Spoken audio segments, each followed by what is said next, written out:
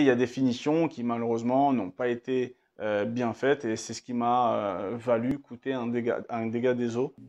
Yo, c'est Las, l'apprenti investisseur. Dans cette vidéo, vous allez découvrir la deuxième partie de l'interview de Steven, dans laquelle il va nous expliquer où il a acheté ses 2 derniers appartements.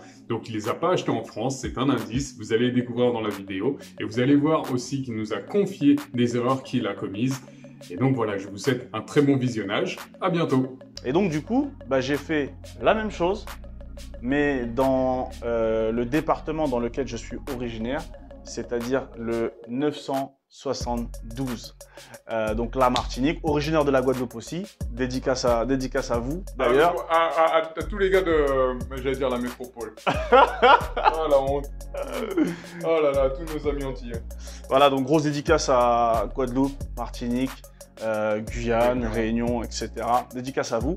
Et donc voilà, j'ai toujours eu cet attachement à ces îles-là. Et donc l'opportunité s'est présentée à moi au niveau de la Martinique. Et donc là, voilà, je tombe sur une propriétaire. Ça a été fait en direct d'ailleurs. En direct, c'est-à-dire il n'y avait pas d'intermédiaire, pas d'agent immobilier. Voilà, c'est ça. Donc tout simplement. Ça, c'est bien ça. Tout simplement. On gagne de l'argent. On gagne de l'argent et puis voilà, la négociation, je trouve qu'elle est. Fluide. C'est plus fluide. Alors des fois, tu peux tomber sur un agent immobilier qui va très bien faire son travail, Bien sûr. mais tu en as un autre qui va peut-être mal négocier parce qu'il a des intérêts avec le vendeur, parce que le vendeur a d'autres biens, etc. Enfin bref, je rentre pas là-dedans. Mais moi, j'aime bien. On n'est jamais mieux servi que par soi-même. Et donc voilà, moi j'ai négocié avec cette personne-là. On s'est rencontrés. Elle m'a fait visiter l'appartement et vraiment, elle a vraiment apprécié mon profil. C'est ça qui a fait la différence. Elle a vraiment apprécié mon profil parce que étant à Paris, le mec il va investir jusqu'aux Antilles et franchement je pense que ça lui a vraiment fait plaisir. Alors elle n'allait pas me donner les appartements, on est d'accord. Mais voilà, j'ai investi dans ces 2 appartements, donc un au-dessus, un en dessous. Et pareil, 2 petits studios, donc que je loue à l'année. Très important, à l'année. Alors, il y a du saisonnier, on peut faire du saisonnier aux Antilles, forcément. Tous tes appartements sont à l'année. Moi, je suis de la vieille école. Je prends un appartement, je le retape, je mets des locataires dedans, je fais en sorte qu'il reste le plus longtemps possible et je passe à autre chose. Aujourd'hui, on est à Nice, les 4 appartements tournent. Il y en a un qui est aux Antilles, il y a 2 locataires dedans, les mecs, ils payent. Contrairement à ce qu'on peut penser, les gars payent. Moi, j'ai eu un impayé en 5 ans. Donc les gens payent, il faut juste bien les choisir. Mais là, les appartements. Les impayés, ça représente, excuse-moi de te couper, ça représente dans les 3-4% en fait. Des tu m'apprends une stat, mais. Tu savais pas? Non, je savais pas. Apparemment, c'est ça. Bon, après, quand ça t'arrive, t'es dans les 3-4%, t'es dégoûté, mais c'est pas non plus quelque chose qui arrive tout le temps. Quoi. On est d'accord. Et voilà, donc l'impayé un seul. Et du coup, voilà, pour revenir à ce que je te disais, là, on est à Nice, donc je suis même pas chez moi à Paris. Et les 4 appartements tournent et j'ai pas de prise de tête. Alors, moi, c'est ma stratégie. Je dis pas que c'est la meilleure. Je dis pas que, voilà, il y a mieux. Il y a mieux. En termes de rentabilité, il y a mieux, etc. Ouais, en termes de rentabilité, mais là, c'est différent. Mais voilà, moi, je suis quelqu'un, je suis un, allez, on va dire un peu feignant, stratégique. Enfin, je sais pas comment on peut définir ça. Mais moins j'en fais, mieux je me porte. Voilà, j'ai pas envie qu'on m'appelle, ouais, il y a un tuyau, il y a monsieur, je comprends pas, la clim. Non, moi j'aime bien mettre tout, je mets en agence. Alors il y en a 2 que je gère, mais on a bien fait les travaux, etc. Donc pour le moment, les 2 qui sont en France, je gère, et les 2 autres là-bas, je passe par une agence. Mais disons que j'ai pas de ménage à faire, j'ai pas de check-in, check-out, etc. Et encore une fois, voilà, c'est une stratégie. Tu vois, d'ailleurs, toi, tu as fait du Airbnb, c'est une stratégie. Moi, pour le moment, je suis sur celle-ci, mais ça pourrait peut-être changer parce qu'on a des projets. J'ai des projets pour les mois et années futures. Quel est ton objectif en tant qu'investisseur? En tant qu'investisseur? Ouais. Tu veux aller où là? Tu en veux combien des appartements? Tu veux combien de rentabilité? Non, franchement, on va pas se mentir. Investisseur immobilier, quand tu rentres dans ça, tu prends goût et tu voudras jamais t'arrêter. Voilà. Enfin, moi, en tout cas, moi, je pense pas que je m'arrêterai un jour. Tant que les banques me financent, tant que j'ai les moyens de financer, j'investirai. D'accord. T'as pas fait genre, excuse-moi, t'as pas un objectif du genre, je sais pas, 1500 € de cash flow, 2000 €? Voilà, alors on va dire. Non. Déjà, c'est simple. À la base, je m'étais fixé un objectif de 5 appartements, qui sera, je pense, avant la fin de l'année, dépassé, puisque je suis sur un... Bon bref, je suis sur un petit projet, on va le dire juste après. Mais ouais, j'étais parti à l'époque, je me suis dit, Steven, là c'est ton premier, j'en veux 5. Maintenant, une fois que tu en as fait 1, 2, 3, 4, bah, je pense que pour beaucoup, le million, le patrimoine immobilier, alors en brut, ça reste du brut bien sûr, mais d'avoir 1 million de patrimoine immobilier, une valorisation d'1 million, c'est symbolique.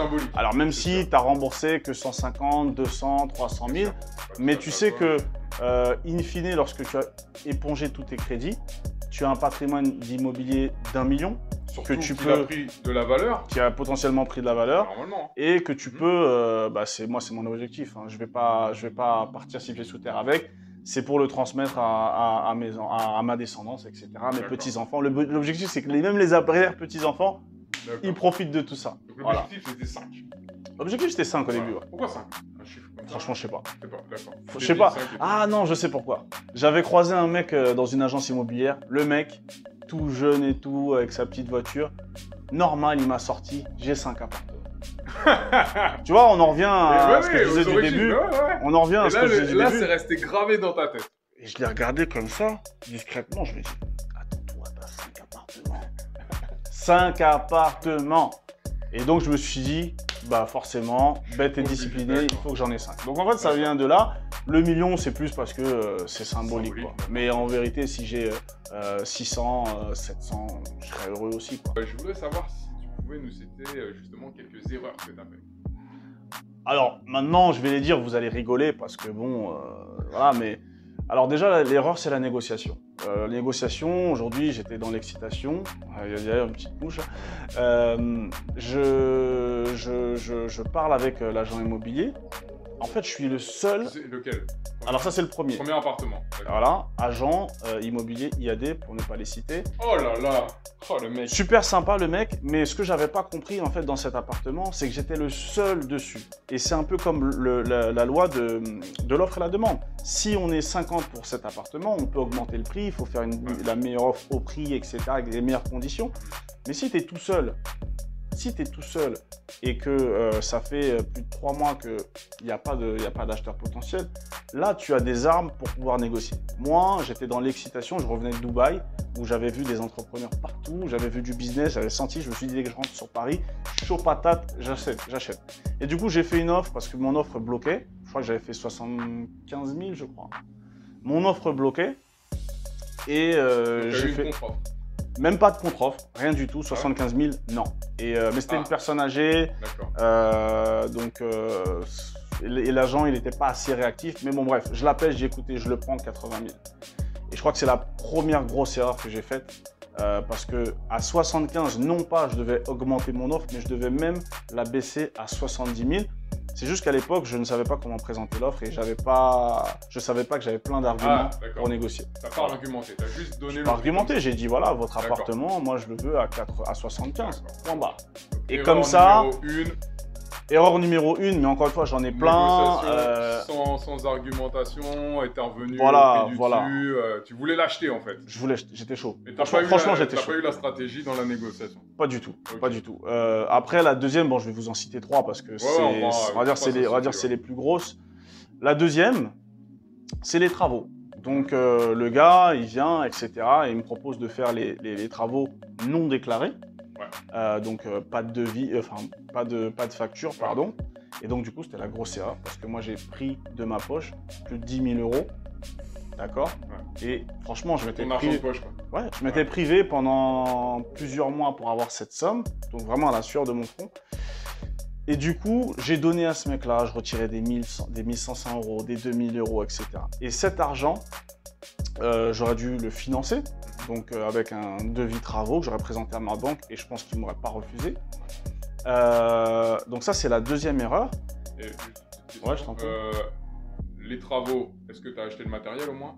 Ou le matériel, c'était... Et j'ai acheté le matériel. Tu as pu quand même récupérer sur le matériel. Ouais, quand même. Au moins ça. Quand même, mais j'ai acheté le matériel. Mais après, c'est la main d'œuvre en fait que tu as fait au plaque. Voilà, exactement.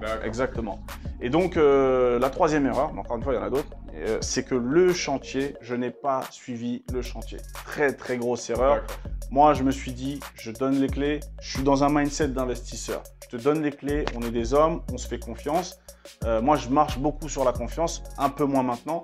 Mais je te donne les clés, je fais ma vie. Lorsque le chantier est terminé, tu m'appelles, je réceptionne le chantier, on signe, enfin là, en l'occurrence on signe pas, mais l'histoire est réglée. Ouais. Tu l'as pris pour un maître d'œuvre en fait. Ouais, voilà, moi j'ai pris, je me suis dit le mec il est carré, il est sérieux, il sait faire son travail. Il y a plusieurs choses à faire. Et au final, alors il a bien fait les travaux, mais comme tu me disais la dernière fois, le plus important dans les travaux, c'est les finitions. Et il y a des finitions qui malheureusement n'ont pas été bien faites et c'est ce qui m'a valu coûter un dégât des eaux justement dans le premier appartement. Voilà, j'espère que vous avez bien aimé cette deuxième partie. Il y a une troisième partie et ce sera la dernière, je vous promets. N'hésitez pas à vous abonner si vous voulez être mis au courant du moment où je vais la sortir. N'hésitez pas également à liker, à faire des commentaires et aussi à partager avec des personnes éventuellement de votre entourage qui seraient intéressées. Donc voilà, moi ce que je retiendrai dans cette partie-là, c'est qu'il est important de se fixer des objectifs. Parce que si on n'a pas d'objectif, c'est comme si en fait on allait à l'aéroport, mais on a de l'argent, on veut monter dans un avion, mais on ne sait pas où on va. Vous voulez aller où? Vous voulez aller dans le froid? Vous voulez aller au bord de la plage? Vous voulez aller dans une belle ville? Qu'est-ce que vous voulez faire?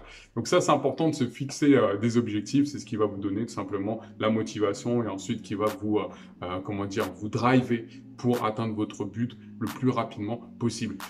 Et bien sûr, vous allez commettre des erreurs, ça c'est sûr, j'en ai commises, il en a commises, tout le monde en commet. J'ai envie de dire, qui ne tente rien n'a rien. Donc forcément, si vous voulez réussir, il y a aussi cette part qui arrive. C'est tout à fait normal. L'erreur n'est pas ce qu'il y a de plus important.